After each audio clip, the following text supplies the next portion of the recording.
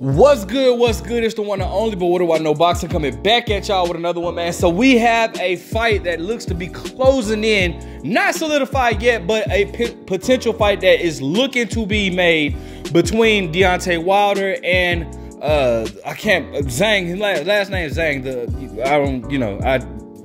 I don't know how to pronounce his first name, but anyways, He's been in there, I'll speak on him in a second, man. But it looks to be, looks like they're gonna be fighting on the undercard of Anthony Joshua versus Francis Ngannou. That fight, I guess that fight is looking like it's being made for March or whatnot, right? Now, I think this is a good thing, and I'm gonna tell you why after I go ahead and look into this and read this to you guys. Definitely gonna want to stay tuned for that. All right. All right, so shout out to Boxing News 24/7. It says Wilder versus Zhang on the Joshua Ngannou undercard, and it has a question mark. It states, if the heavyweight showdown between former two-time heavyweight champ Anthony Joshua and former UFC heavyweight ruler Francis Ngannou wasn't big enough, there's a very good chance for the fight to set in Saudi Arabia in March will feature a stacked undercard. And according to Dan Raphael, who put on a whatever message on X late last night, Deontay Wilder could fight Zhang. I cannot pronounce his first name. Zhilei Zhang on the card. Big Bang Zhang will appear on the March card, with him set to defend his WBO interim heavyweight title on that night. According to Raphael, Zhang could either fight with Wilder or a to-be-announced opponent, with Wilder also fighting a to-be-announced opponent on the card if he doesn't face Zhang. So what they're basically saying is either way it goes, Wilder and Zhang will be on the card. We just don't know if they're going to be fighting each other on that card.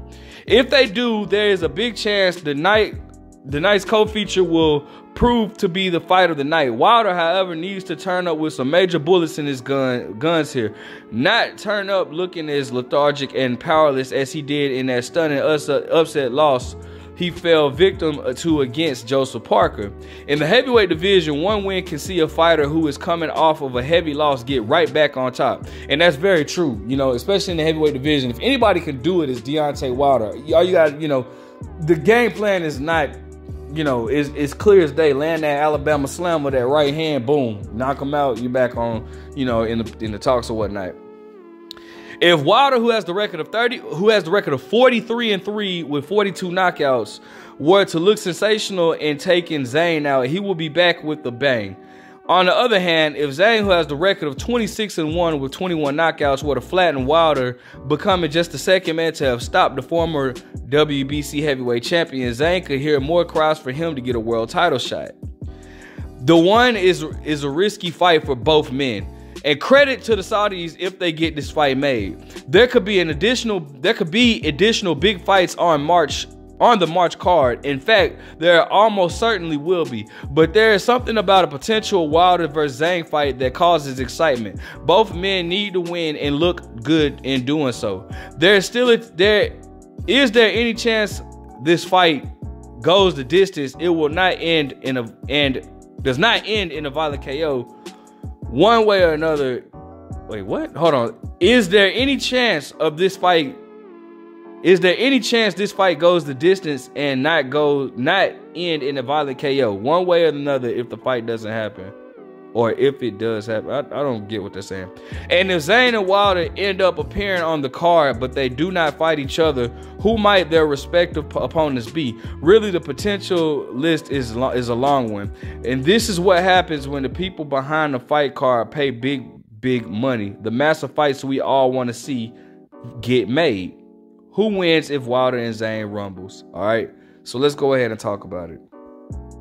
Now, before I get into the Wilder-Zhang fight, let me just, briefly speak on Anthony Joshua versus Ngannou. I see what you're doing.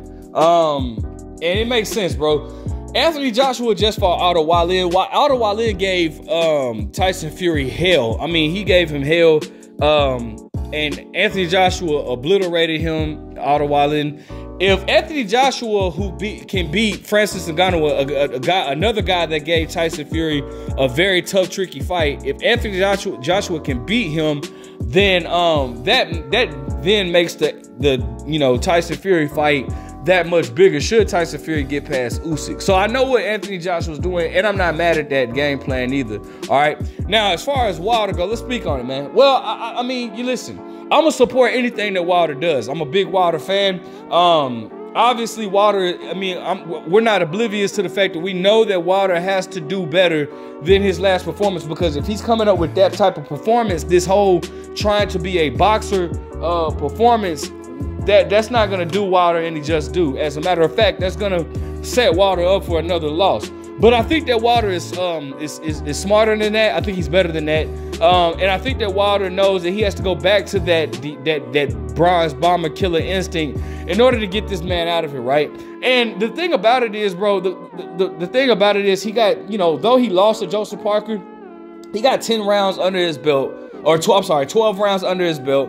The thing about going into the Joseph Parker fight, he was virtually out for 2 years. I mean, in between him being he was gone for a year, in the last fight, which was against Robert Helenius, that didn't even last one full round, and then it was a year before that, which was against Tyson Fury. Now, granted, could it be that the Tyson Fury the 3 fights with Tyson Fury has weighed down on Wilder? Possibly, we don't know. I mean, it could be. I'm pretty sure this fight is going to tell us everything that we need to know. But I think that Wilder is good that he's coming back in March, because now he's more active. I'm pretty sure they'll come up with a much better game plan. I think Zhang is a good fighter. I can't, what's the name with the guy hold on, who was it that he fought? Philip Hrgovic, right?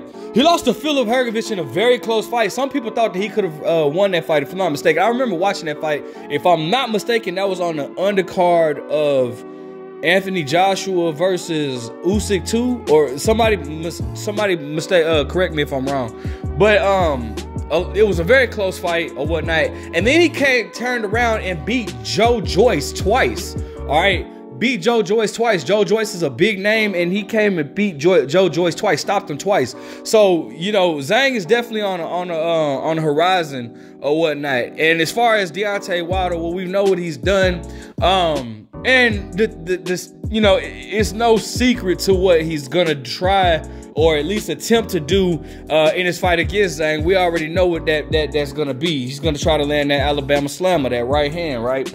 But the thing about it is, for Wilder, like I said, it's good that he's coming back because they just fought in December. So, it's good that he has a quick turnaround. I think that's good that he's active, but he cannot fight with the same style that he tried to fight Joseph Parker, or that he fought against Joseph Parker with, because that outboxing style is just not going to work for Deontay Wilder, right?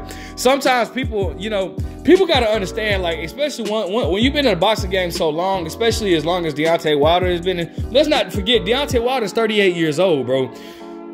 You kind of, at 38, and you've been in the game for so long, bro, it's kind of too late to be trying to switch up your style, bro. You kind of have to just enhance who you are, right? Now, I'm not saying that you can't add more tools into your arsenal. No, I'm not saying that at all. But what I am saying is, bro, I don't like, I'm going to just be honest with you, I don't like what Malik Scott had Wilder trying to do, all right?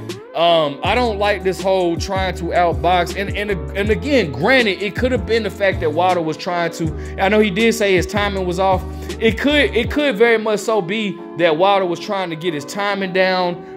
It could be that he, it could be that he, it could be like, the layoff, you know what I'm saying? It could be a numerous different things, but the fact is, bro, we know that Wilder, this outboxing style that Wilder is trying to adapt, it's not gonna work for him, So I hopefully, Wilder can get back to that killer, that bomb squad that he once was or whatnot, because that's what he's gonna need coming into this. And should Wilder get a knockout victory, bro, that then sets him up, you know, put some, I mean, who knows, bro? Wilder could very much come in here and knock this dude out in the first round, and, bro, we could be saying, okay, maybe Wilder's back. Maybe we need to see him running back with Joseph Parker or, you know, whoever the case may be. I don't think we want to see him in Anthony Joshua just so much yet right now.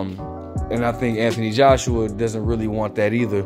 So, who knows, man? But, you know, I just want Wilder to be able to establish himself, and you know, just because I'm going for Wilder. There's no secret about it. I'm cheering for Deontay Wilder. I don't care what anybody has to say about that.